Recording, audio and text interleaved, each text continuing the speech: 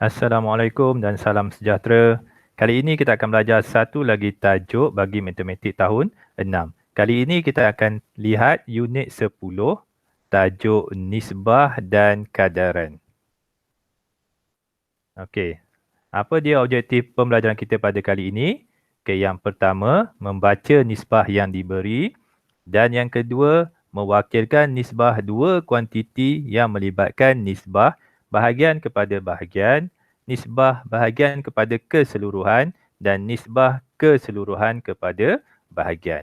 Okey, so nanti kita akan tengok contoh apa yang dimaksudkan dengan nisbah bahagian kepada bahagian, nisbah bahagian kepada keseluruhan dan nisbah keseluruhan kepada bahagian. Okey, kita tengok sikit nota ringkas berkaitan dengan nisbah. Apa maksud nisbah? Okey, nisbah adalah perbandingan ukuran atau nilai dengan ukuran atau nilai yang lain. Okey, membandingkan ukuran atau nilai. Tapi ukuran atau nilai yang dibandingkan tu mestilah dalam unit yang sama.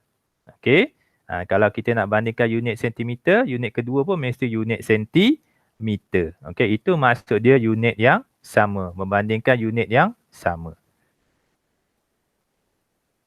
Okey, so bagaimana cara menulis dan membaca nisbah? Okey, kita tengok contoh. Okey, so ini cara menulis nisbah. Okey, satu itu adalah ukuran yang pertama, diikuti dengan titik bertindih. Okey, dan juga dua itu adalah ukuran atau nilai yang kedua. Okey, so kita bandingkan dua kuantiti. So, yang pertama itu adalah kuantiti yang pertama, diikuti dengan titik bertindih, dan dua itu adalah kuantiti yang kedua. Okey, macam mana cara nak baca? Okey, nisbah 1 kepada 2. Okey, ini cara nak baca nisbah. Nisbah 1 kepada 2. Okey, cara baca ataupun tulis dalam perkataan. Okey. Seterusnya kita tengok.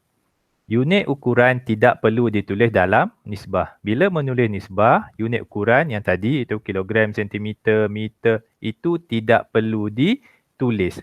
Bila menulis nisbah, kita hanya nyatakan angka ataupun nombor sahaja. Okey, unit jangan ditulis. Unit tidak perlu ditulis. Okey. Nisbah 1 kepada 2 boleh juga ditulis sebagai 1/2.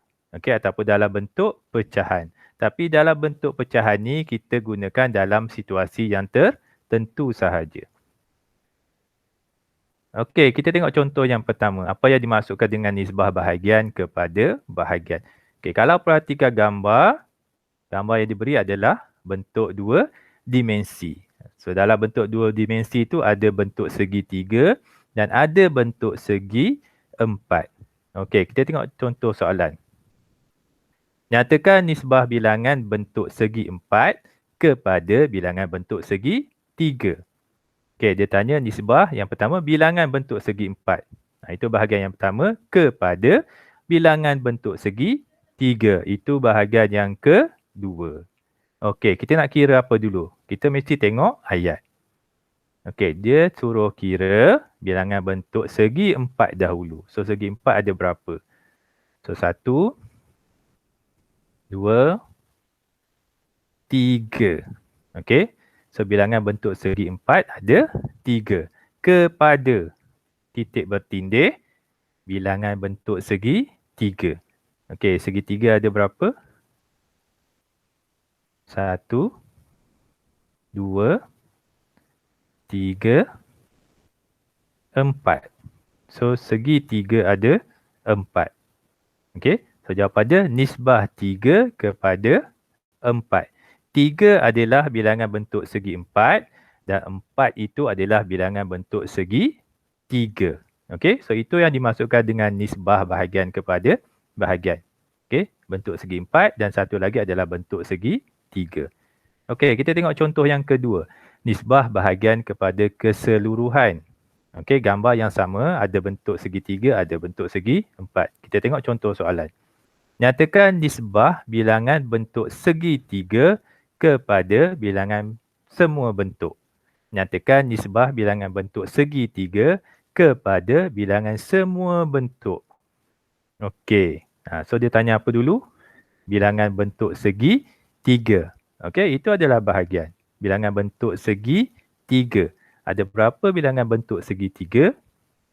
1, 2, 3, 4. Okey, tadi pun kita dah kira bilangan bentuk segi 3 ada 4. Kepada titik bertindih bilangan semua bentuk. Bilangan semua bentuk sama maksud dengan keseluruhan. Okey, keseluruhan ataupun jumlah semua. So bilangan semua bentuk, Okey, ada berapa bilangan semua bentuk? Okey, tadi kita dah kira segi 3 ada 4. Kemudian segi 4 ada berapa? Ada 3. So jumlah semua sekali ialah 7. Okey, segi 3 tambah segi 4. So semua sekali ada 7. Okey, so jawapan dia nisbah 4 kepada 7. 4 itu adalah bilangan bentuk segi 3 dan 7 itu adalah bilangan semua bentuk ataupun bilangan keseluruhan bentuk. Okey, itu yang dimaksudkan dengan nisbah bahagian kepada keseluruhan. Keseluruhan itu adalah semua. Okey, kita tengok contoh yang ketiga. Nisbah keseluruhan kepada bahagian. Gambar yang sama. Kita tengok contoh soalan. Nyatakan nisbah bilangan semua bentuk kepada bilangan bentuk segi 4. Okey, soalan tanya apa dulu? Bilangan semua bentuk. Okey, semua bentuk. Okey, tadi pun kita dah kira. Ada berapa bilangan semua bentuk? Ada 7. Okey, segi 3 ada 4. Segi 4 ada 3. So, jumlah semua ialah 7. Okey, kepada titik bertindih, bilangan bentuk segi 4. Segi 4 ada berapa? Okey, bilangan bentuk segi 4. Ada berapa bilangan bentuk segi 4? 1, 2, 3. So, bilangan bentuk segi 4 ada 3. Okey, so jawapan dia ialah nisbah 7 kepada 3. 7 adalah bilangan semua bentuk. 3 adalah bilangan bentuk segi 4. So, itu yang dimasukkan dengan nisbah keseluruhan semua bentuk kepada bahagian iaitu bentuk segi 4. Okey, so itulah 3 contoh berkaitan dengan nisbah. Okey, so itu sahaja secara ringkas berkaitan dengan tajuk nisbah pada kali ini. Okey, sekian, terima kasih.